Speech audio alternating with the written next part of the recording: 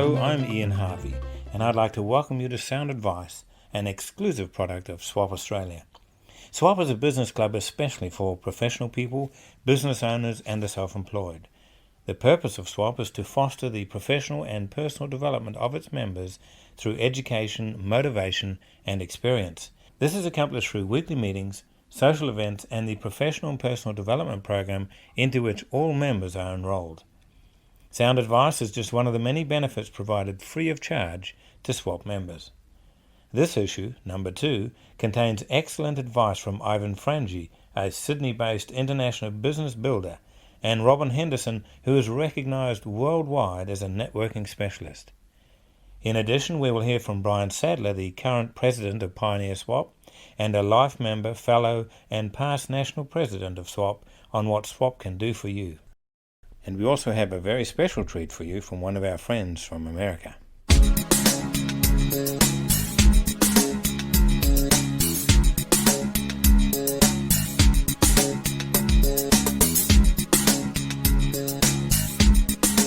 This year, our international convention will be on the Gold Coast September 25 through 28 at the Royal Pines Resort, a great venue for the event. SWAP are offering a helpful payment scheme which will see you at convention without breaking your bank. To find out more about convention, visit the website www.swapaustralia.com.au and follow the links to events. You can also reserve your spot on the web if you wish. Iven Frangi is a business builder who specializes in creating results where the art and science of dealing with people is paramount. Iven's areas of expertise are stress-free selling, marketing for results, sales effectiveness, one-to-one and business-to-business sales and marketing, and profitable sales management. He was recently awarded the highest international recognition designation CSP, or Certified Speaking Professional, by the International Federation of Professional Speakers. Whether speaking or training, Iven has a passion for professionalism, and that is the subject of this keynote, putting passion into your business. I've been having a look at business passion as something that needs to take place in business because I spent a lot of time as a sales trainer looking at technique. And what I've discovered is that technique's part of the issue and a very important part. The question is, after technique, what's the other ingredient that puts all of the things that you're supposed to do in terms of the tactics and the tips and all the things that you learn here and in other places? How do you put them all together in one place and make it work? So I've been studying passion for a long time, not only with salespeople but with business people and managers. And I thought I'd give you some of the insights today. Now I'm going to start with a story that I'm sure some of you have heard me tell before, but it's really important. I was sitting on a plane on the way to Dubbo, resort spot on the central west of New South Wales. Do we have any people from Dubbo in the room? Do we have any people from Dubbo? Okay. I sat next to this fellow who was playing with all these bits of paper and names and numbers and all sorts of things all over it. We got chatting, as you do in a small aircraft. And I said, well, what are you doing going to Dubbo? He said, I'm actually going to the local race meeting. I said, the race meeting in Dubbo? He said, that's right.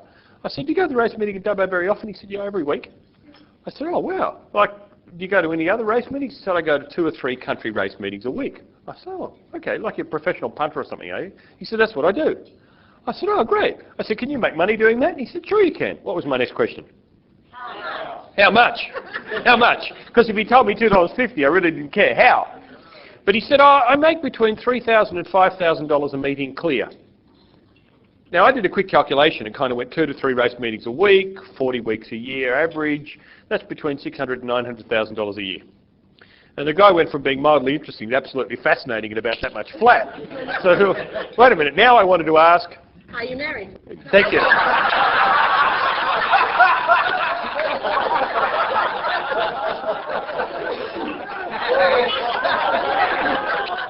That would be my line of That would be your line of questioning. Yes. Yes. No, my actual next question was a little different to that. My next question was, how do you do it? Like, how do you... I said, look, I have friends who study the form, do the, go all the horses out and spend all the time and ring the tab and do all that. I said, how can you make money like that when I know people that study things and they don't make anywhere near it? He said, look, let me ask you a question. Do you ever go to a casino? I said, sure I do. He said, well, how do you prepare? I said, well, go home, have a shower. He said, and after that. I said, well, I go down to the handy bank and get, like $100 or a couple of $100 out of the handy bank, put it in my pocket. And I go into the casino and I play the games. And pretty much when I'm out of the money in my pocket, I'm out of the casino. How many of you go to the casino the same way I do? Good, lots of you. He said, well, there's your problem. I said, I beg your pardon? He said, well, there's your problem. I said, what do you mean? He said, well, you actually don't go to the casino to win. You go to the casino to limit your losses and have fun. And he said, by the way, there's nothing wrong with going to the casino to limit your losses and having fun if that's what you're there for. So enjoy the hell out of yourself. He said, here's the key question. If you won $60 or $70 in the first few minutes, what would you do? Would you stay and have fun a bit longer? Or would you leave because you made a profit? And I kind of sheepishly looked at it and said, I'd probably stay a bit longer and have more fun. He said, well, there you go. He said, if you wanted to win, it would fundamentally change the entire experience that you had, because it would change the way you played, change the games that you chose, and change the way you bet. The entire experience would be different because your focus has shifted. Now, I thought about that in a selling sense, because I was up there talking to a group of people in Wellington, a town outside Dubbo. And I thought about it because I think there are days when we go out there as salespeople and we're not 100% focused. Would you agree with that? It's the days when you're a professional visitor. You know the days when you're professional. We call it marketing. That's when you're out there trying to sell something. You don't sell anything. We call that marketing. And you're out there just drinking cups of tea for other people, and you're a professional visitor because you're just not making any sales. And some days, those days that you're on fire, nothing can go wrong, everything you touch, it happens. What's the difference? Well, one of the contagious things that I've now come to understand is that one of the things that turns you from a professional visitor to a focused salesperson who's making sales, even if you're not using all the tips, techniques and tactics that you should be using, is your passion. So I wanted to have a look quickly at how passion works and how it operates. Yep. As we get off the aircraft, he says to me, by the way, my office is only around the corner from you in Sydney. I'm in the middle of a court case at the moment. I wouldn't mind some help because we were talking about body language. He said, I'd like to be able to read people a bit better. I said, oh, that's okay. I can help you with that. He said, my office is only around the corner from you. Come round and see me. And he gave me his business card as we were standing on the tarmac in Dubbo. And the last name on the card was Waterhouse. Didn't do a lot with that card. I'd like to welcome you to the future. And the future of business today isn't about products and it isn't about technology. It's about what it's always been about, and sometimes we get lost with the technology and products and services. It's still about the customer. And there was a fellow who ran a small company you may well have heard of named GE. His name was Jack Welch. He's the former CEO who's now doing the Wayne Carey thing in America. Sorry, inside story. And he, how many of you have a Visa card or a MasterCard? Oh, good. You're probably a client of Jack Welch's. They do most of the financing. GE do most of the financing for Visa cards and MasterCards around the world. So Jack said this: you only have two sources of competitive advantage in business. The first is your ability to learn and understand more about your customer than the customer understands about themselves. And the second thing is to put that information you have into action for the benefit of the customer. Two sources of competitive advantage. It's not about products, it's not about technology, it's not about sales and marketing, it's about understanding what your customer doesn't understand about themselves maybe, and also using that information for their benefit. Now, the reason I tell you that is because it's about focus. And the first rule of passion is to understand, what is my focus? What is my focus? Because a lot of people are saying they are passionate, but they're kind of like me going to the casino and going in to have fun and limit my losses. I'm not necessarily there, I'm not there for bad reasons, but I'm not there for niceness, as Maxwell Smart would say. Sometimes your focus will determine what it is that you're about and what it is that you're after. And how you focus and where you focus can determine what your outcomes are way before you ever start anything. Because business today has changed. And business today has changed fundamentally for two reasons. Firstly, how many of you had a grandfather who knew the bank manager? Hands up. Okay, now that's most people in the room. Most people, if you lived in a kind of an Australian or English culture, most people have a grandfather that knew the bank manager. Why? Because everybody knew the bank manager. They were really important people. And how did your grandfather interact with the bank manager? Personally and generally face-to-face. So one of the things that's happening is that face-to-face used to be the currency of what's going on. Did your father know the bank manager? Why? For all the wrong reasons. Yeah, Absolutely. And he was generally, if for the right reasons or the wrong reasons, he was generally introduced by your grandfather because they had this personal relationship. Now, the difference was that your father started to interact with the bank manager differently. Your father started to interact with the bank manager by telephone or by letter and face-to-face. Is that fair enough? Now, your father's businesses were probably like a bit more complicated because in your grandfather's time there was lending and deposits. That was it. It was two very simple products. And then business got a little more complicated. When you start to deal with a bank manager, my question is this: what bank manager? There isn't one. They're gone. Why? Well, when I was at Westpac for 5 years, one of the things they were doing was actively moving the bank manager away. Now that meant that you didn't interact with the bank manager face-to-face anymore as your primary method of communication. Now how do you interact with your bank manager if you have one? Email. Yeah, you get over here. Oh, you have a relationship manager if you're considered to be good enough to warrant a relationship manager.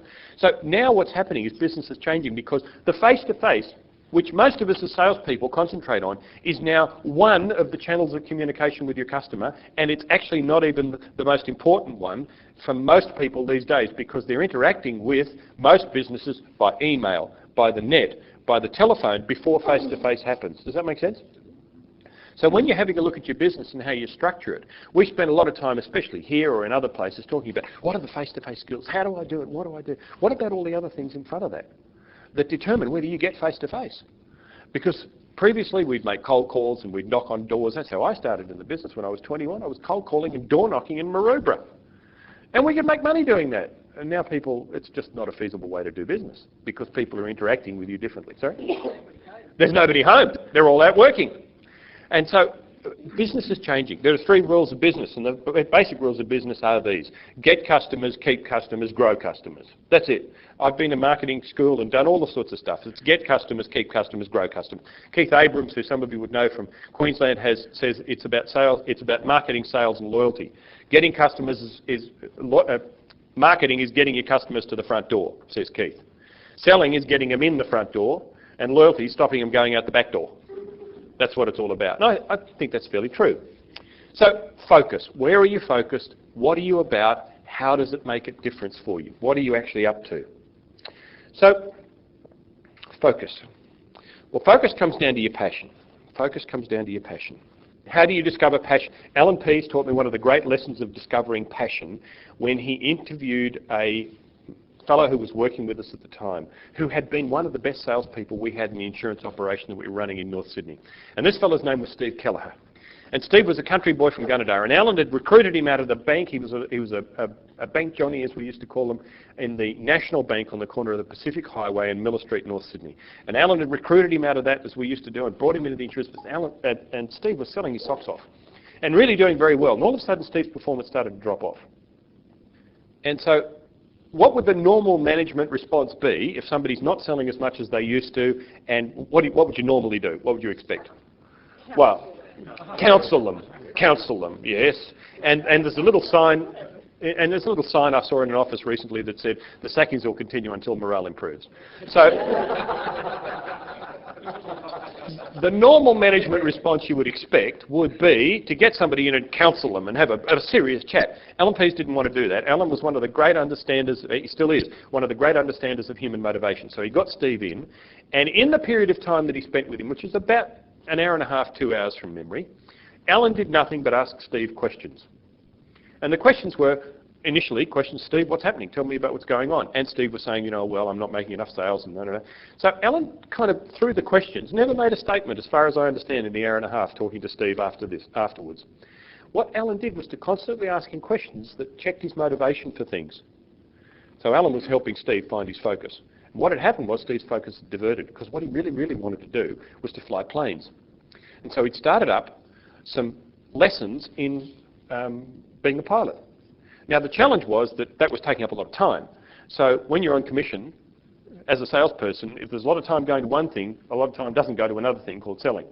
And so what Alan had discovered during the period of time was that what Steve really burned about, his passion, was to fly aircraft. So instead of Alan saying, well, look, why don't you go fly aircraft and leave us alone and, just make life easy on yourself, Alan said, well, if you wanted to go fly planes and you also wanted to do well here, what are you going to need to fly planes? Well, I need a lot of money. One of the challenges I've got now, says Steve, is that I haven't got as much money as I need to because the lessons are expensive. But if I spend all my time selling, then I can't go do the lessons, and so it's a catch-22. And Alan said, well, maybe there's another way. Well, really, what would that be? Well, what about if we looked at the types of clients you're selling to? So maybe you don't need to sell as many clients because you sell them something better or bigger, and then you'll be able to do both. The focus light went on for Steve. He went on to regain his position as one of the best salespeople in the team. And he also went on to qualify to get his pilot's license to fly solo. One of the things about understanding your passion is to get somebody good to question you about some of the things that you're doing right now to check your motivations. Because sometimes your focus is off, not because you're not active, but because your focus is not actively moving to where you want it to be. Is that reasonable? How many of you have ever been confused because you knew you were trying to go one place, but you're actually acting and working in another place? Who's ever done that? Yeah, it's a challenge. So rule one is focus, and the focus is all about understanding why you're doing the things that you're doing. One of the people that we know very well at SWAP is a fellow who some of you may have heard of, and I'm going to repeat the story for the guests. How many of you in the room know Mitchell? They've met Mitchell. Mitchell is a man who's remarkable. For those of you who don't know the story, Mitchell was a man who was leaving the Marine Corps, and he was about, I think, 25, 26 at the time. Now, if you're just leaving the Marine Corps because you finished your tour of duty, what kind of physical shape do you reckon you're in? Pretty good. And what kind of mental attitude do you have? Pretty strong if you're a member of the Marine Corps. And he's riding his bike through San Francisco, and the bike hit some stuff and skidded and went under a vehicle, and something the manufacturer said wouldn't happen, happened. The petrol leaked out of the tank and all over the road, and Mitchell was incinerated. Now, I don't mean Mitchell was burned. And for those of you that know Mitchell, you'll understand, he was incinerated. In fact, when you meet Mitchell, or if you see photographs of him, you'll see that actually where he had his helmet, he has a clear line around his face where the fire didn't get him. He's got a great head of hair, the bastard. But Mitchell was kind of looking at a number of things while he's lying in the hospital, and he tells a story that I've actually got his permission to repeat, which is tells a story of being in the hospital, and in a burns ward, of course, they don't have any mirrors. You can't see yourself in case you go into shock. And the doctor says to Mitchell, look, Mitchell, the challenge is you've been pretty badly burned, and we need to reconstruct your face, but we actually don't know what you look like before the accident because we just can't tell anymore. Do you have a picture or something like that? And he said, well, no, I really don't carry too many pictures of myself around with me. And the nurse said, look, there was actually obviously his driver's license was not too badly burned because it was inside his wallet, so it didn't actually get burned by the fire too much.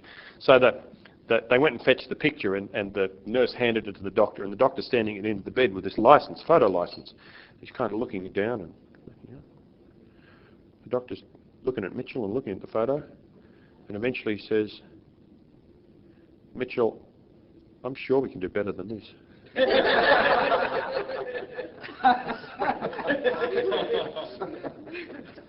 Where you put your focus it's where you put your focus, isn't it? And Mitchell tells the story that he had to make a decision. And he had to make a decision about this. Mitchell says, there's about 10,000 things in my life I could do. And I realised because I was burned, there were probably about 500 things I could no longer do.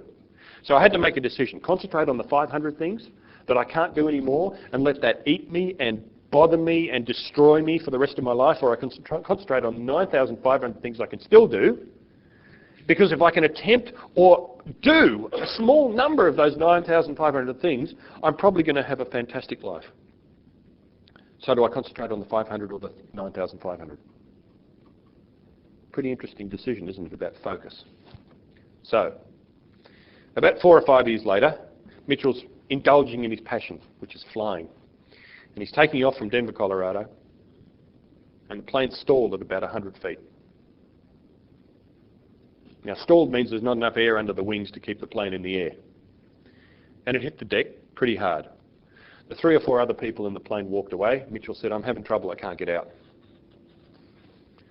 Mitchell's now a paraplegic who's horribly burned. Recovered from that. So Mitchell's lying in hospital, checking his focus. There are probably 1,000 things in life I now can't do. And there's probably 9,000 things I still can do. The question I have to ask myself is, do I concentrate on the 9,000 things and have a go at some of them, or just a few of them and I probably have a fabulous life, or do I concentrate on the 1,000 things that I still can't do? Because I can't do them anymore. Now, when I say there are some things he can't do, when Mitchell was recovering in the burns, after his burns accident, he actually couldn't leave the house some days. Why? He couldn't open the doors because his hands wouldn't let him open the doors.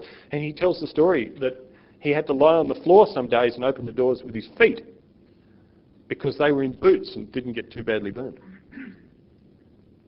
Where's your focus? What is it that you are looking at in your life? Where do you put your time and energy? In 1979, a man named Mr. Schultz joined a small company you may have heard of named Porsche Motor Company in Stuttgart, Germany. Porsche owners will tell you, if you look after your Porsche and live a good life, when you die you'll go to Stuttgart. And Mr. Schultz joined this company that was actually in 1979 an ailing company. It wasn't doing very well. And he was down walking around in his new, he was formerly the CEO of Cummins diesel engines. So it's a long way from a Cummins diesel to a Porsche. But there you go. So he's walking around and he's wandering down in the research department. He said to the guys in the research department, what are we up to? And they said, oh, well, what we're doing is we're actually putting together a car to drive in the Le Mans 24-hour race. Oh, really? And what are we doing that for? Well, what we want to do is to do some research. We want to run a car for 24 hours under race conditions and see how it works. And Mr. Schultz said, so let me just understand, it's going to cost about $100,000 to do this, which was, you understand, in 1979, a lot of money. And he said, we're doing this for research? And they said, oh yeah, we're research, we're race conditions. He said, look, I think I need to tell you something about the new CEO here at Porsche. The new CEO at Porsche says, I'll give you money for anything, providing your desire is to win. If you don't want to win, we can run it around the test track we've got already here in Stuttgart. We don't need to take it down to Le Mans and spend all that money. We can run the cars around the track here. So you've got till 10 o'clock the following morning. If you would like to win the race, I'm very happy to fund you. But you've got to come back and tell me by 10 o'clock tomorrow morning you're either in to win or you're out and we'll run it around the test track here. And they went, oh, win. Concept. Okay, we'll see you at 10. They came at 10 the following morning and Mr. Schultz reports they were quite excited. Because nobody had told them for a while that they were allowed to win. Nobody had given them permission to perform. Rule 2 of passion is give yourself permission to perform. Give yourself permission to perform and harness your passion. Because when they harnessed the passion, here's what happened. He said, well, you've got like 6 or 8 weeks till Le Mans. What are you going to do? And they said, well, if you want us to win, it's an interesting challenge. We don't actually have a car we think could win right now. But we've got an old engine that's about 1.5 years old, but we reckon we could put that in the shell of a 936 that we've got. We've got this gearbox that we've just designed. We reckon if we put them all together in one place, we can put together 2 cars that we think have a chance. And Mr. Schultz said, well, I understand that, but you only got 6 to 8 weeks. How long does it normally take you to prepare for Le Mans? They said, well, normally about 8 months. They got permission to perform, and 2 things happened. Firstly, they started to build the car. Secondly, the word got out. How many of you remember a racing driver named Jackie Ickx? You ever heard of him? Jackie Ickx rang Mr. Schultz and said, Mr. Schultz, I understand Porsche's back into the business of racing. And Mr. Schultz said, well, we've always been... No, he said, I understand you're back into the business of winning. I should have put that differently. And Jackie Ickx said, I'd like to come back and race for Porsche. I know I'm in semi-retirement, but I'd like to come back and race for Porsche. And Mr. Schultz said, well, I'm not sure we've got a budget for a driver of your standing. He said, I'm not worried about the budget. I just want to come back and race for Porsche. I really enjoyed my time there. You pay me what you think you can. It's not important. I want to come back and just have fun with Porsche again.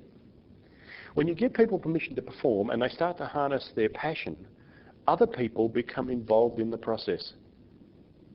4 days later, a man named Harley Haywood rang, who's an American, who was a very well-known racer at the time, who said, I've heard from Jackie Ickx that you guys are back in the business of racing. I'd like to come and race for you. And Mr. Schultz said, well, I'm not sure about that. He said, don't worry about the budget. Not worried about the budget. Just want to come back and win.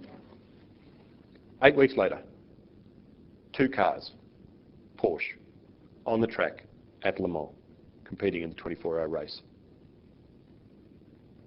They did it. Harness your passion. Give your people permission to perform.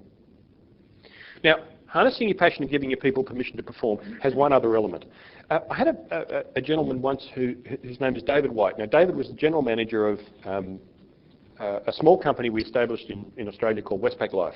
Now Westpac Financial Services, one of the heavy hitters. But when I joined, there were 27 people on the payroll, and I was one of the 4 salespeople that they had. There was nothing. There was no product, no people. There were 3 sheets of glass leaning up against the wall in my office, and they told me this was going to be a major company. I thought, God, Westpac was a bit more solid than that.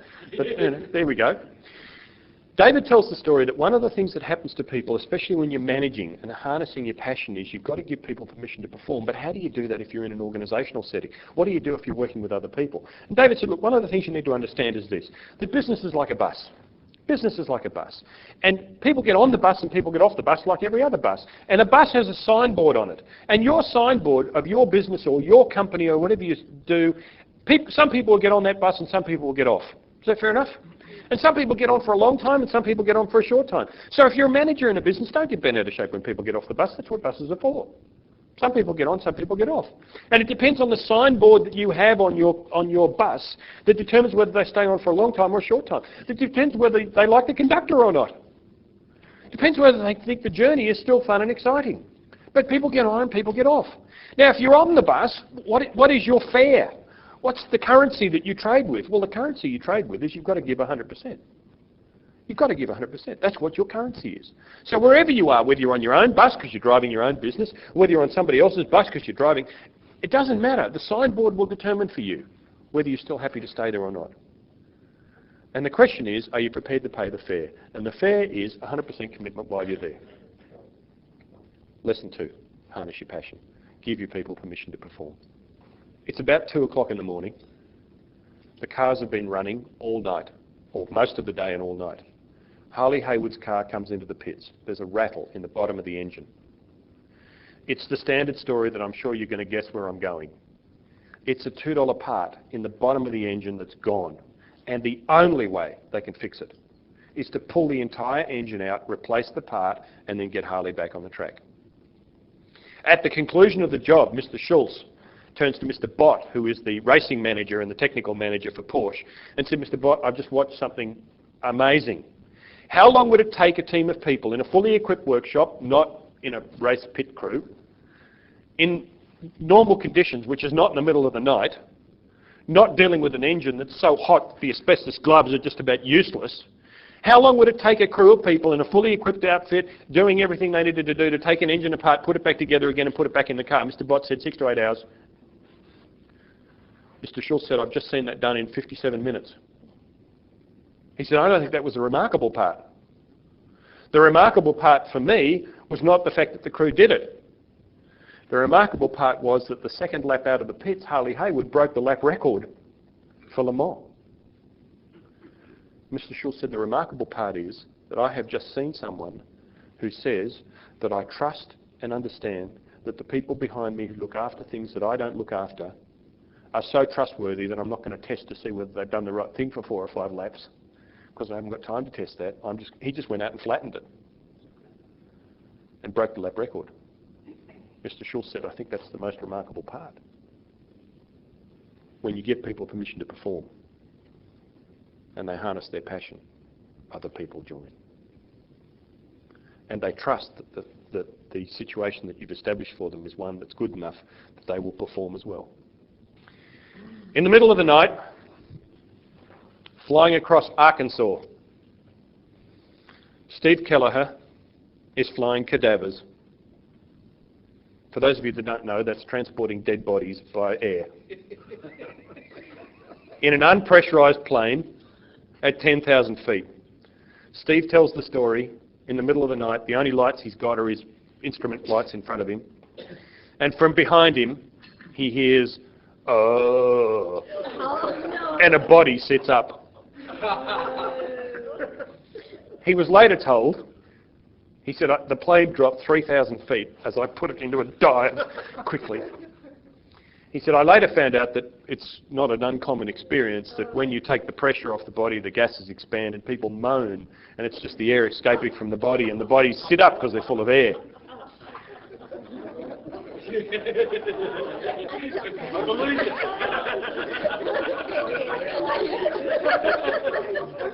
Steve reported he was very happy he had bucket seats. Who landed the plane? It's just one of the things you do when you're going for your commercial pilot's license. And he was just getting the hours up, flying across America, flying cadavers, from a conversation that happened in Alan Pease's office some years before, when Alan said, let's find your focus. Let's harness your passion. What's the difference, please, between a thermometer and a thermostat? What's the difference? What's the difference? Sorry? Where they go. I'm not even going to go there with you, Dennis.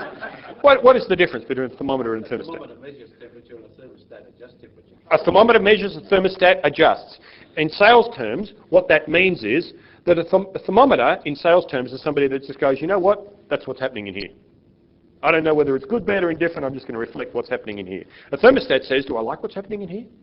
If I don't like it, I'm going to adjust it. Does it need to be cooler? Does it need to be warmer? Does something need to change? But I'm not only going to monitor, I'm going to adjust. Part of looking at your passion is, are you a thermometer or a thermostat? Because some days it'll change. Some days you're going to go, well, you know what, that's just what's happening here. Other days, successful people, successful salespeople, successful sales managers, successful managers say, do I like what's happening in here? I'm just going to check. Do I adjust it or not? Porsche Racing, 1980 race, Le Mans, put 2 cars over the line in first and second position.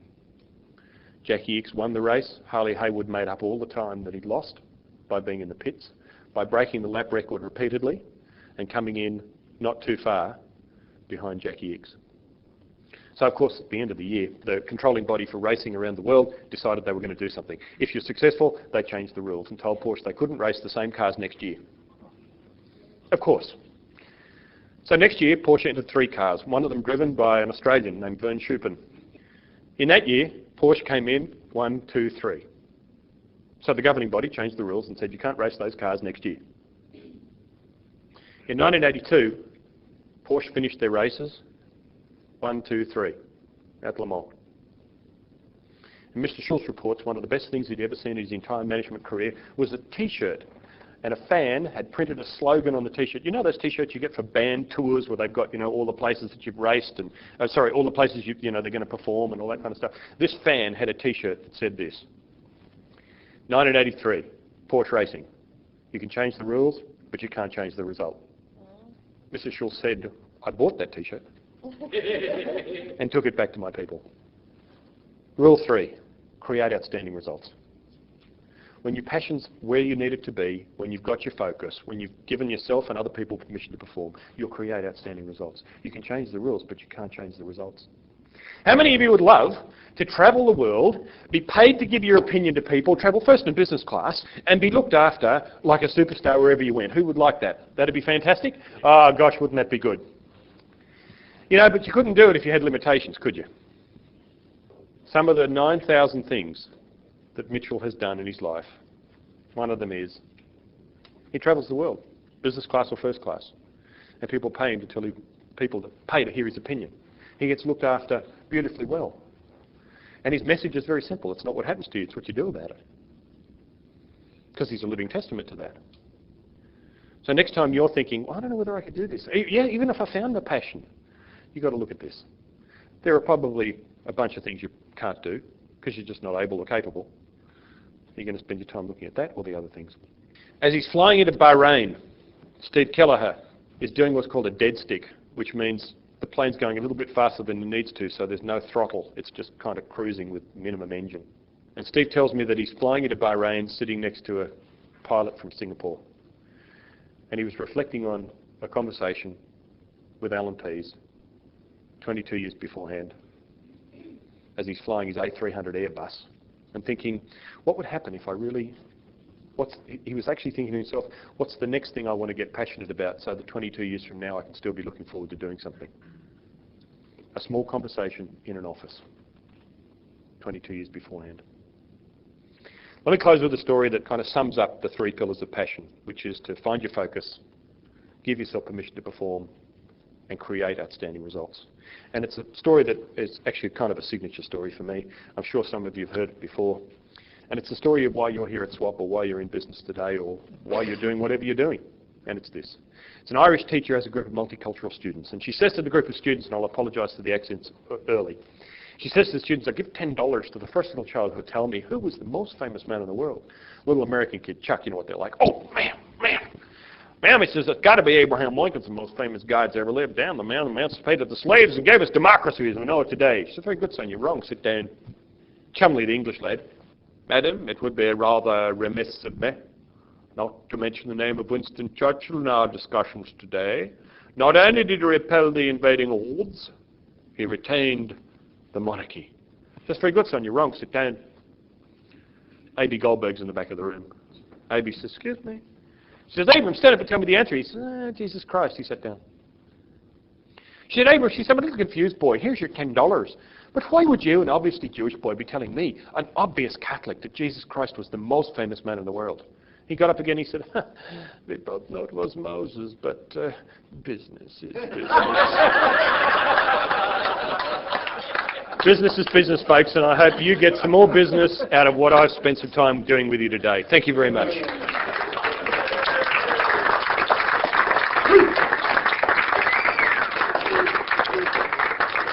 Thanks, Ivan.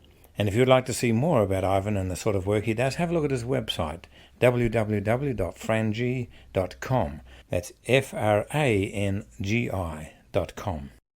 A number of swappers, including myself, had the pleasure of meeting Jana Stanfield last year. Jana is an international speaker with a very special gift. She can put a message to music and move her audience to attempt things they would otherwise shrink from. After repeated rejections from traditional record companies, Jana looked for another way to bring her songs to the world. Making 100 cassettes of her 10 most rejected songs, she started a one-woman record company. Her motto is, where two or more are gathered together, I will bring my guitar. She has now sold over 50,000 albums and travels internationally sharing her message of encouragement. She calls her music heavy mental, or psychotherapy you can dance to, and her song If I Were Brave has provided inspiration to thousands, and she gave her permission for this message to be available to you.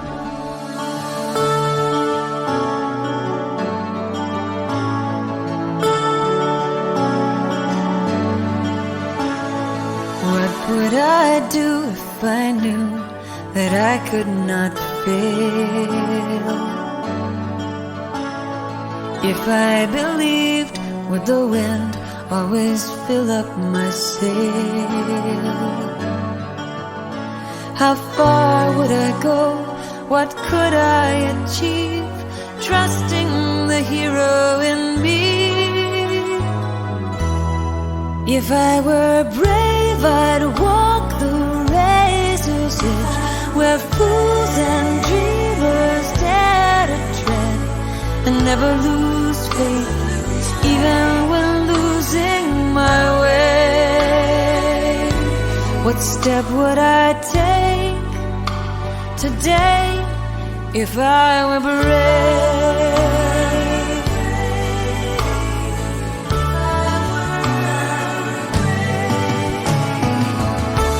What would I do today if I were brave? What would I do today if I were brave? What would I do today if I were brave? What would I do today if I were brave?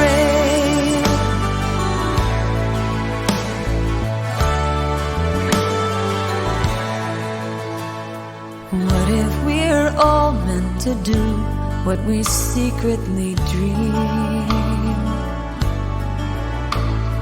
What would you ask if you knew you could have anything?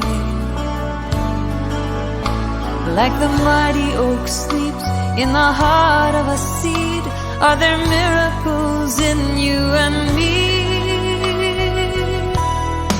If I were brave, I'd walk the razor's edge, where fools and dreamers dare to tread, and never lose faith, even when losing my way.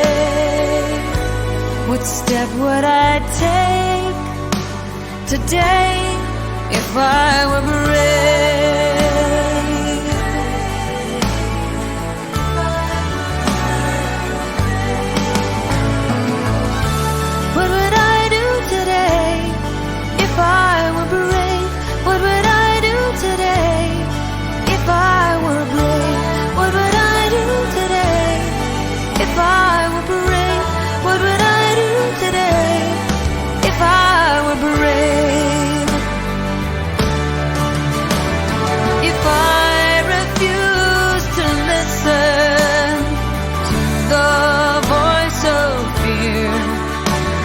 the voice of courage whisper in my ear.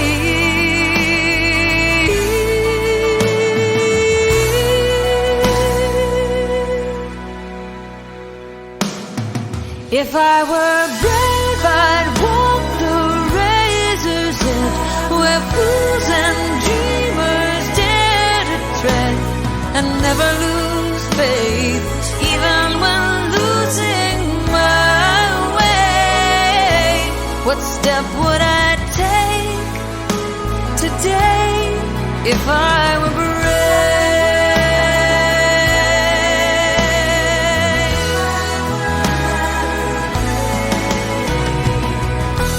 What would I do today if I were brave?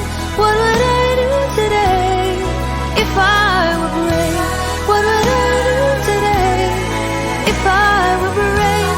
What would I do today if I were brave? What would I do today if I were brave? What would I do today if I were brave? What would I do today if I were brave? What would I do today if I were brave?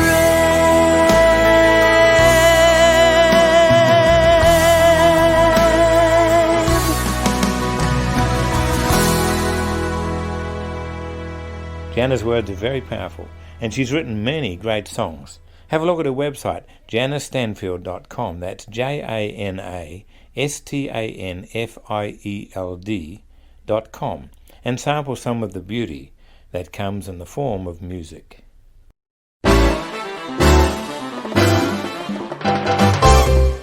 Brian Sadler is one of the original members of SWAP, having served as a national president in 1983, becoming a life member and a fellow in 1984. Brian has seen SWAP go through many changes, and his opinion is much respected. He has also taken up the challenge of club presidency once more and serves this year as the president of Pioneer SWAP in Sydney. What follows are some of the extracts from his inaugural speech. I'm excited about what's happening in the SWAP organisation from today onwards. The passing of time makes demands on every area of our personal and business lives, and I believe that the time has come when some changes must be embraced for the survival and the growth of SWAP. We've had 30 years of doing it a certain way, and it's worked in some areas and it hasn't worked in others, but it's been an exciting journey for everybody that's been involved in SWAP.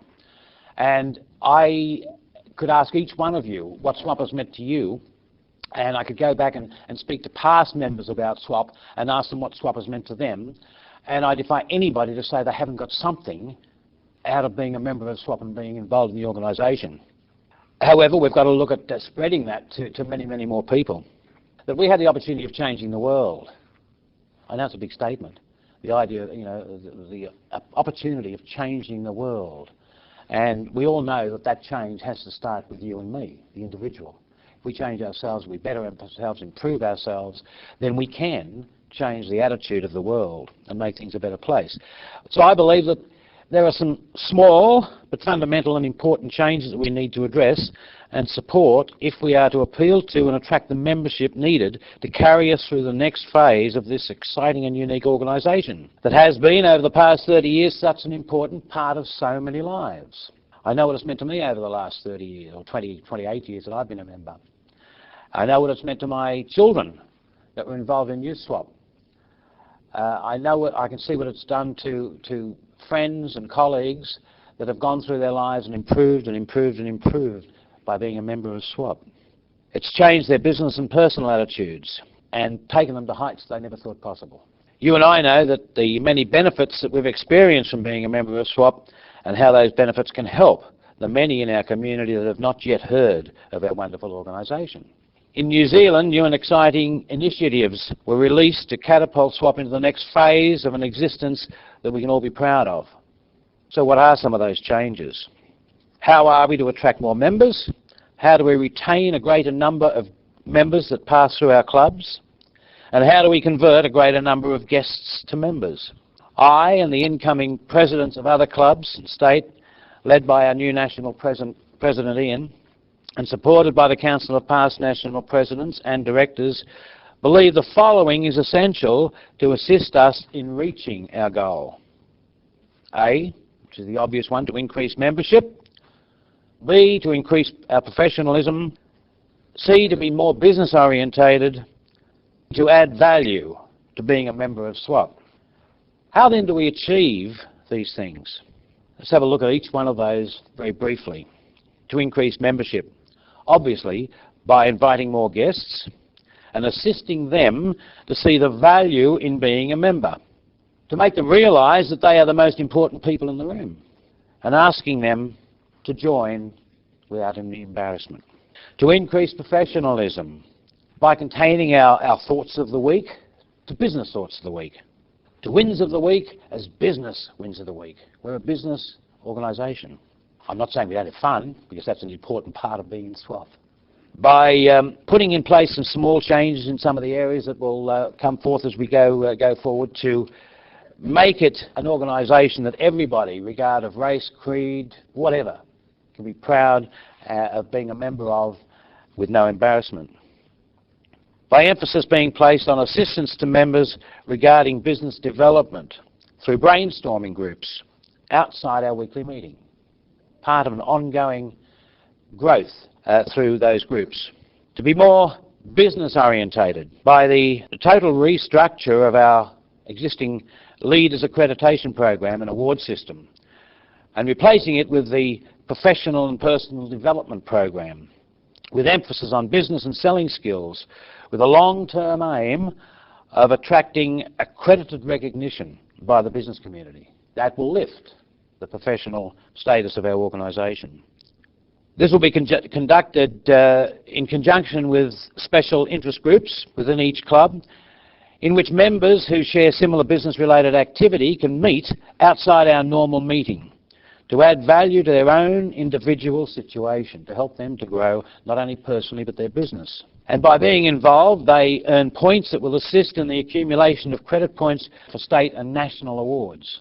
When you go to a national convention and see the people up front being awarded, you can't put the excitement into words. You've got to be there to experience it. So that's being put in place. This new system, or the new program, is going to be launched early in the new year by a national president, but you'll be hearing more about it as we go on week to week. To add value to being a member of SWAP. Now, for those that have been a member for a long time and those that have been members for a shorter time, can see an awful lot of benefit in just being at the weekly meetings. Right? Because that's what made a lot of people grow. But we want to add more value to being a member.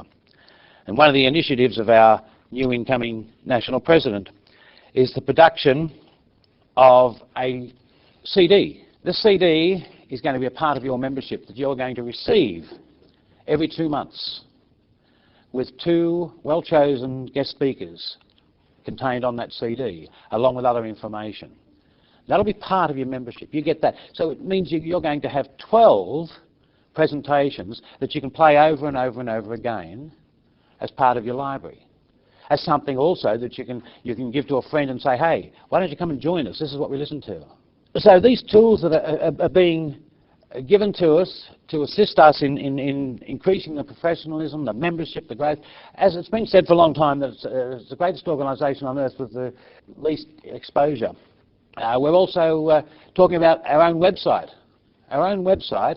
where each club will have a link page for our club.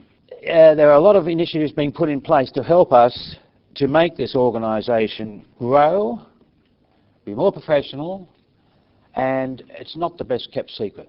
So what do I want for Pioneer as your incoming president?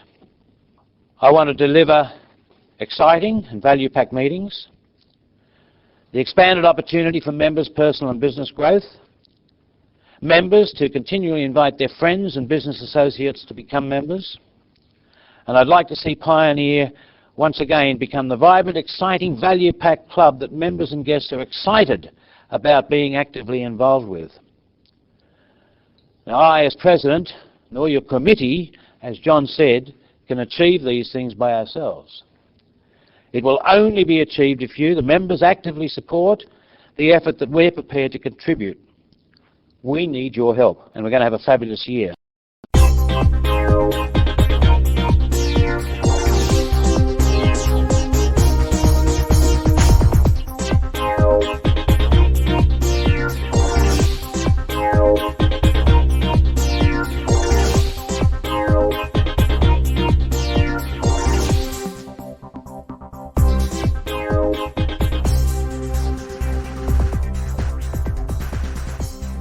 Not only is networking an essential life skill, it is also the most basic business building tool in today's competitive market. In the new millennium, networking will account for more than 87% of all business in the marketplace. How effective a networker are you? Global networking specialist Robyn Henderson has built a reputation throughout Australia, New Zealand, Asia and Bahrain for getting results. With over 11 years in the speaking industry, 10 years in sales and telemarketing management and 13 years in hospitality, Robyn has fine-tuned her networking and prospecting skills to maximize results and increase productivity. In this keynote, she will share the secrets to successful networking. Thank you. Thank you. I'd like to start today by telling you about one of the best networkers that I've met in recent years. And I'd like to take you to the actual meeting of this person. Can you imagine yourself in Hong Kong, September 2001, attending a 3-day Global Women's Summit? There were 400 women from 80 countries. And on day one of this event, and I was attending as a guest, not as a presenter, on day one, every time I turned around, this woman seemed to be there. And quite a striking looking woman. She was about my height, but much slighter. Long dark hair with grey flecks, beautiful green eyes, and she was wearing a green sari, so she really stood out from all the sort of business suits in the room. And she walked up to me at one stage and she said, "I'm really drawn to speak to you. My name's Jana, I'm from the hills of Nepal." And I said, "Oh, my name's Robyn, I'm from Australia." And she asked me what I did, and I told her, and she said, "Oh, that's why I've met you. I'm speaking tomorrow and I'm absolutely terrified." And I said, "Oh, nothing to be terrified about." Oh, she said, could you give me some tips? I said, "Sure, come and sit down." So we found a little quiet spot. And I said, "Now, what are you going to talk about?" And she said, "Well, they call me the seed lady." And I said, "Okay." And she pulled out the folder, ready to read her speech. And I said, "Oh, Jana, I'm sure you've read that 100 times." I said, "Please don't read it." I said, "Just tell me your story." And she said, "Well, before I tell you though, you need to know that in India and Bangladesh they use thousands of tons of seeds every year to feed the huge populations. Radish seeds, cauliflower seeds, asparagus seeds." I went, "Yes, yes." In my very impatient Australian way. "Yes, yes, yes. Yeah. Tell us a story, you know." And she started by saying that she was a mother of 6 children living in this very remote part of Nepal. One day she overheard her husband telling his friend that they didn't know how they would get through the month. They had very little money. It was the worst it had ever been. They had the 6 children. They didn't have enough money to feed the children. Yet they had stockpiled kilos and kilos of seeds. So Jana, sort of walking past, butted in and said, "Well, why don't we give a kilo of seeds to the seed buyer?" And the husband said, "Stupid woman, back in your box, never give anything away." And she thought, well, I think it's a good idea, as I'm sure. You know what it's like when you get a good idea and you think, even though no one believes in it, you sort of think, "I'm going to do this anyway because I think it's a good idea." So it's exactly how, and I'm not sure if men do that too, but Jana. So Jana, similar thought, well, I think it's a good idea. So she took her kilo of seeds and she sought out the seed buyer and she said, "Introduce yourself. These are the best seeds on the mountain and I'd like you to have a kilo." And he laughed at her because no one had ever given him any seeds for free. Women traditionally didn't grow seeds, so who was this person? She stood her ground and she said, "Well, laugh all you like, but you'll be back. These are the best seeds on the mountain." So off he went, laughing all the way. A week later he came back and he said, "You're right. These are the best seeds on the mountain. I'd like 500 kilos. So she quickly found the husband and said, "Guess what I did, but it's okay. I'm sure you'll forgive me because now we have 500 kilo order." So they negotiated a price and they filled the order and everything was fine. So she developed a friendship with this seed buyer over the next few months.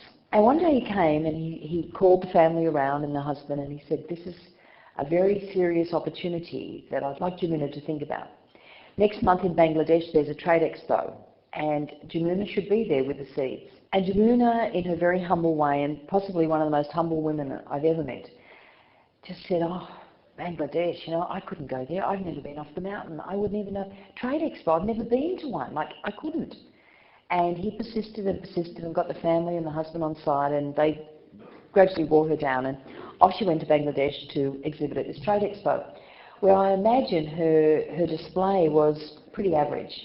She just had her boxes of seeds and not much of anything, and she proceeded to give a sample of the seeds to the big seed buyers from Asia and from Europe. And she, in her own words, became the butt of the joke at the trade expo because no one was giving anything away, and here was this woman with this pathetic stand, in their opinion, giving seeds away, daring to say that she had the best seeds at the expo. And she really stood her ground on that and said, oh, I've come a long way, these are the best. So, cut a really long story short, she returned to the mountain with orders for 30 tons of seeds. And the husband went berserk and said, you know, stupid woman, we have this much land and it takes this long to grow this many seeds. When do you think, how many years is it going to take us to fill this order for 30 tons? And he said, why didn't you stop at 5 ton? And she said, well, I thought about stopping at 5 ton, and then I thought, what if we taught other people how to grow seeds? And then we could fill the orders. And he said, but you're suggesting that we teach others to be our competitors. And she said, well, yes, they'll be our competitors, but there's no shortage of orders. This is our first order. We'll get more and more and more. So he took a lot of convincing because he was of the scarcity thinking that, no, we don't want competitors, whereas she was of the abundance. It's about the community, it's not just about our business. So to cut a really long story short, at the Congress, September 2001, she gave a brilliant presentation the next day, didn't look at her notes once. The basis was that there are now 100 very prosperous seed-growing businesses on that remote part of the hills of Nepal, and it all came from giving away 1 kilo of seeds. So Jamuna's really become a role model, a mentor, just someone I admire incredibly, because the message that I take, the networking message that I take into corporate Australia and strategic alliance work is really based on that whole philosophy that there's plenty for everyone. So we have competitors in the room. Some are in unique businesses and others are unique temporarily till someone else gets on board. The reality is that SWAP is like so many networks where it is about forming strategic alliances, and it is the whole power of networking. There's the example that Lily gave of a chance meeting with someone that's resulted in opportunities. Yesterday I had a briefing with a client I'm going to be working with next year, and he'd come from a SWAP meeting in Pioneer SWAP. I said, oh, are you a member? He said, no, I'm not a member. He said, you know, I should think about joining. He said, because a couple of my biggest clients I got from that. And I said, how long ago was that? He said, oh, years ago. You know, I've well and truly got my membership. And I think a lot of people just come along and then but don't make the commitment. So I'd like to define what networking is and then give you those 7 strategies that I think are really important to form a basis of networking. You see, I see that networking is a life skill, not just something you do when you want something. So I'm guessing yesterday, with this guy getting me in to do some work for him next year, that he's not as busy as he would like to be. I know just from talking to him, he sees that networking is something that you do rather than something that you live. So he goes along to SWAP and networks and hands out cards, but he rarely follows up. And he rarely goes back the second time or the third or the fourth, or forms friendships and relationships with any of the people in the room he was in yesterday. See, I see that networking is based on 3 universal laws, and I didn't invent these, they've been around since time began, but these are the core, the basics of running any sort of business or any sort of relationship today. The first one is that we give without expectation. We do something for someone not to get something back. We do something for someone because we want to help them achieve their goal. Last night I emceed a function at the Swiss Grand at Bondi, and it was a magical, mystical Christmas night where we had 100 people, and we had clairvoyants and numerologists and astrologers and cartoonists and massage people. And it was pretty chaotic for the first, even though we had a system in place, it was pretty chaotic. And Yvonne Gregory, who many of you know, she came up and she said, Robyn, can I give you a hand with this? You know, I'll just direct a bit of traffic for you. And I went, thanks, Yvonne. Now, I thanked her a million times during the night because she just took me from being incredibly pressured to take that stress away and actually just usher people to where they had to be. And at the end of the night, I said, oh, you know, I'll be eternally grateful for you for doing that. Now, she didn't say, well, you know, here's an invoice for, you know, $200 for doing, I didn't tell you that, but you've got to pay me for what I did. She just gave help because she knew at that very point in time, I wasn't coping that well with 100 people trying to all see a reader first up. You know, it was total chaos. Very interesting observing people's behaviour though. Giving without expectation, so Yvonne certainly did that for me last night. The second key is that great networkers have an abundance mentality, and that's the belief system that there's plenty for everyone. And Jamuna's story, really, that's what that's about. And whether we're the driving school instructors or the financial planners or the real estate or the retail outlets here, we all know someone. Maybe we don't personally have a pet, but the lady that looks after the pets, great business. We might know someone who says, I don't know what I'm going to do with my dog over Christmas while we're going away. I don't know who's going to manage this. We know someone, and that's the whole abundant thinking. It may not be us, but it's someone within our network. So giving without expectation, having an abundance mentality. And the third key is that great networkers understand the universal law of reciprocity. And what that means is that what you give out comes back tenfold. So if you want referrals, which is the basis of all our work, you first start by giving referrals away to others, not expecting that it just comes to you. If you want love in your life, you've got to give love away. If you want positivity, give positivity away. Whatever you're giving out is what's reflected back to you. So I'm guessing that some of the people that haven't seen me speak before weren't thinking that that's what networking was going to be defined as today, and as the basis, obviously, of the strategic alliances. So we're just going to take 20 seconds, very quick, 20 seconds for you to share with the person beside you. Do you agree or disagree with that definition? And which part of that definition do you personally struggle with at all sometimes? Not necessarily all the time, but reciprocity, abundance, giving without expectation. Which one challenges you the most? Just a 20-second exercise.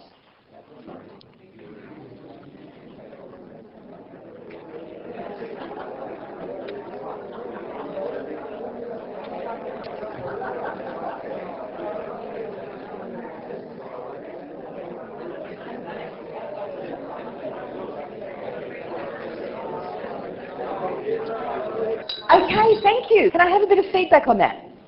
Agree, disagree? Is it what you see in the marketplace? Yeah, yeah. Totally agree with the whole lot. Just wish there was an actual mathematical formula for reciprocity.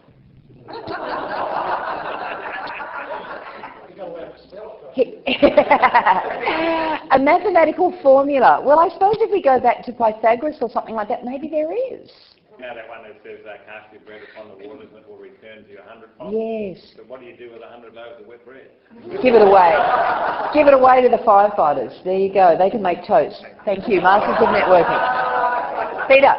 It's often said there's no free lunch, or you know, nobody gives nothing away these days. Yes. But, in fact, you know, from my experience, giving, whether it's just a friendship or a helping hand, often is the without thinking about getting anything back. Yes. Is pleasurable.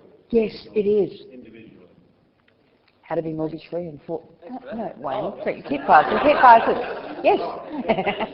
Coming from a sales background of 20 or 50 years ago. And what's in it for me? And what's in it for me? We're always taught to probably look for the order or look for a decision, yes or no. Yeah. And the hardest problem is talking to someone without looking for a yes or a no. Yes. It's been a long time to work that. Yeah. But now you've learned it, I bet you. Now, if you don't have, this is Raising Happy Kids by Michael Gross, a guide to happy parenting. If you don't have children, you might know someone you could give that to for Christmas. You've got kids? Very good, very good. I've actually got a question about, like, giving without expectation. I really get into that. People can't receive, some people can't receive. Yes. Expectation. Yes, yeah. What do you want to do? Yes, it's interesting. What's the catch? And I think often with a lot of the corporate work I do, when people say, what's the catch? Or they'll say, oh, you know, I'm trying to build a relationship, and they're saying, why are you doing this? I suggest to people that they prove those people wrong by just saying, there is no catch. I'm doing it because someone helped me. Someone said it in their thoughts, you know, you treat people the way you would like to be treated. And you can always choose who you align with and who you don't. But I know the difference for me between really good networkers and poor networkers, their level of communication. So if I'm speaking to anyone on an individual basis, that person that you're standing in front of is the most important person in the room at that time. And the total focus that you give to them, whether it's 10 seconds or it's 5 minutes, that's the difference between a really good networker and a poor networker. Because a good networker can walk into a room with 100 people and they will, if you just watch, they glide. They don't actually stop, but they're gliding past. But they connect with that person in such a strong way that that person, I've gone up to people after, like a CEO has walked through and said, oh, I noticed that John talked to you. Oh, yes, you know, he just, and it's not even that their memories are great, but they'll just connect with that person and that person feels special. And I think that's really what I aim to do. And certainly in my stress state last night trying to organise all these people, I wasn't connecting at a heart level at all. And I had to really stop myself and go, okay, Robyn, it's okay. This will sort itself out. Get back, get grounded, get centred. This will sort itself out. And that's really something that I strive for. But around the seven keys to forming strategic alliances, the first one is that it's very important to align with like-minded people. People who have really similar values and people who have similar personal habits. Now, a heavy smoker and a non-smoker, a heavy drinker and a non-drinker, a drug taker and a non-drug taker can be dynamite. Someone who runs late and someone who's on time. Now, 5 minutes or 10 minutes, you know, might not be either, you know, a major worry. Some people cruise in half an hour late and don't even think it's a problem. And I know there's a thing about whether they're this sort of time person or that sort of time person, but I'm an on-time person. If anything, and early, I prefer to be early. That's a choice that I make. But I know that if I align with someone, I really do so much homework on that person because I want to know all those little things. Because the first time they're late will be cute.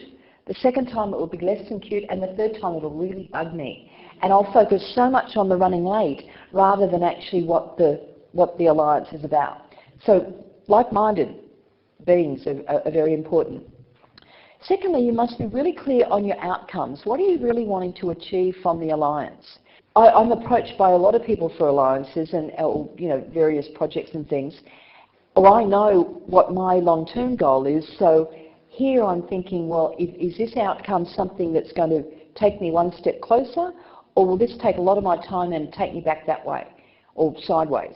So I've got to be really clear and keep my goal, my big goal out here aligned so that this doesn't send me off on a detour. I think it's important that, I mean, the basis of good strategic alliances is the basis of any relationship. It's good, clear communication.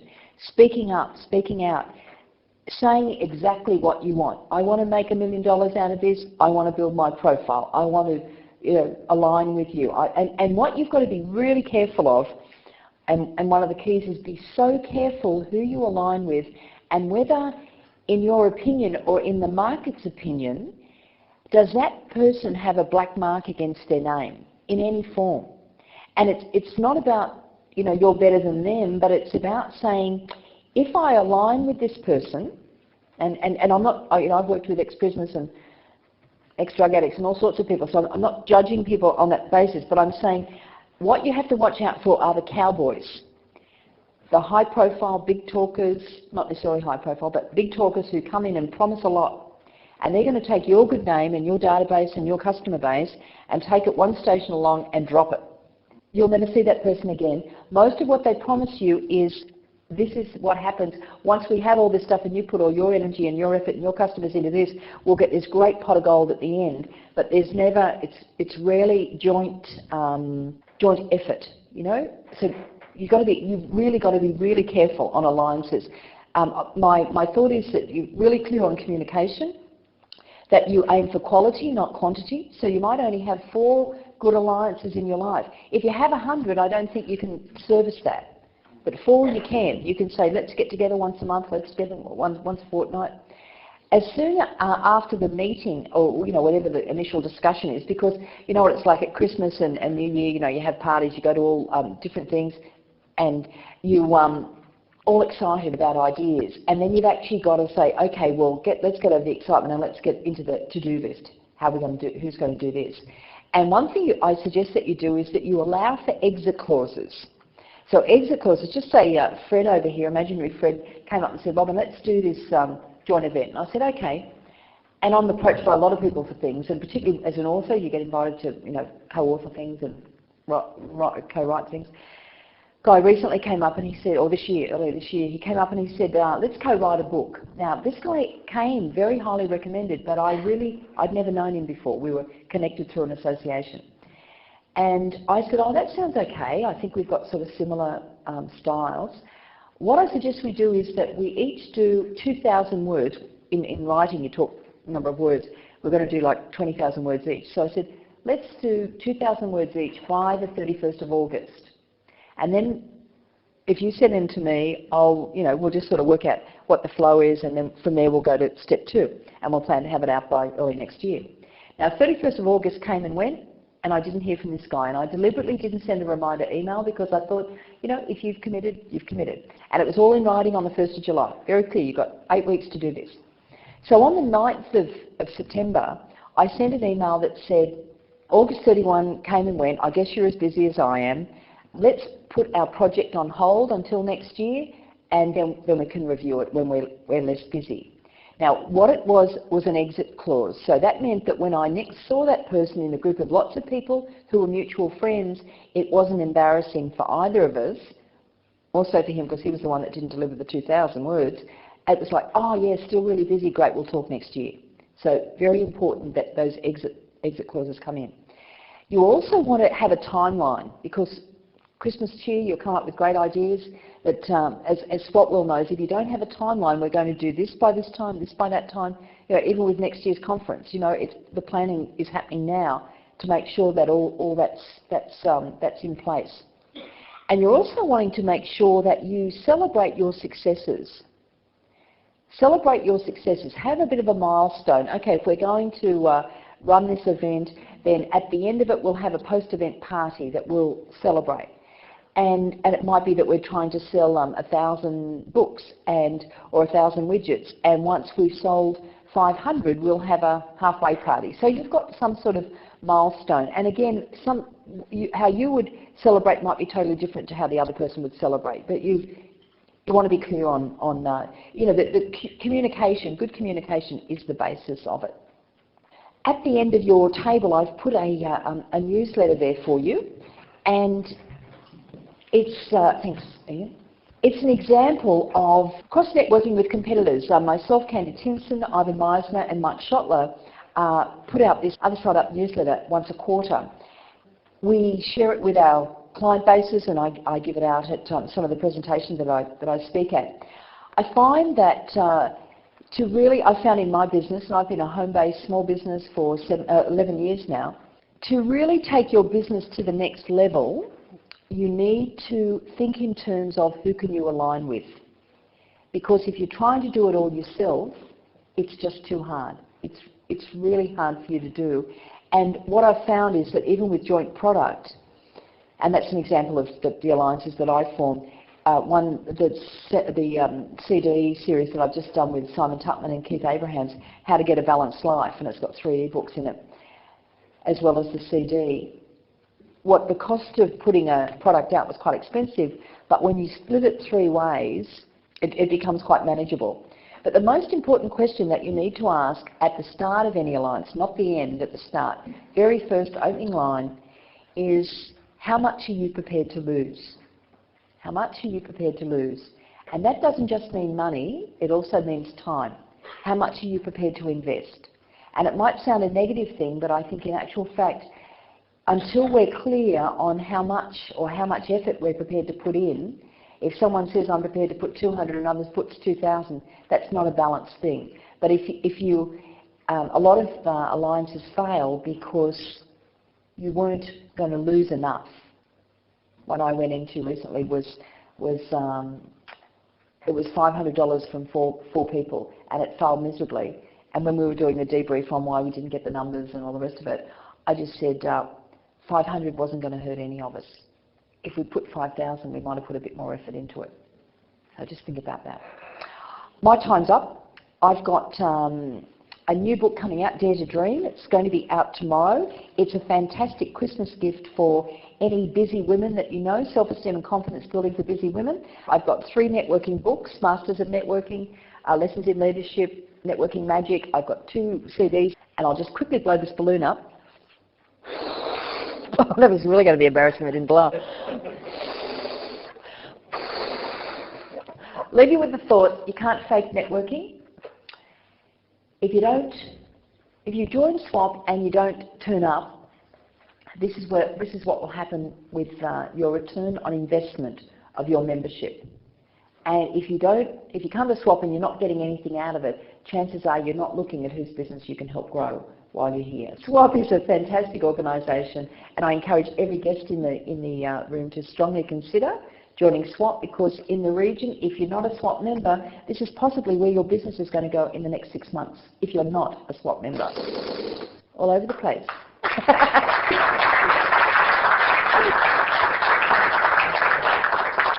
Thanks, Robyn. SWAP certainly does provide an environment in which members can network and build their business. And if you'd like to learn more about networking, why not visit Robyn's website, www.networkingtowin.com.au.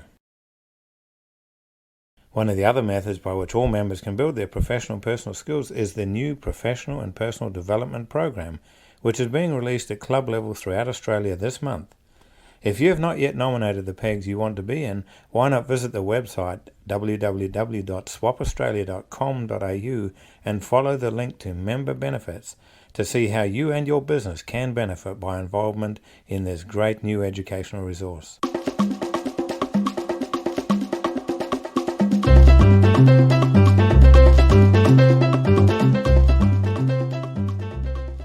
I don't know about you, but I can never listen to an audio just once. To get the real value out of the material, I have to listen to it over and over, and I always get more every time. The idea of spaced repetition certainly works for me. This is the second in the Sound Advice series. There will be many more to come in the future. Sound Advice is free to SWAP members and available for purchase by guests at our weekly breakfast meetings. Consider building up your library so that you can refer back to these as your need arises.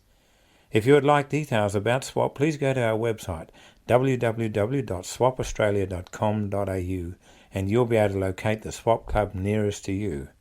In the meantime, remember, I'm alive, I'm well, and I feel great.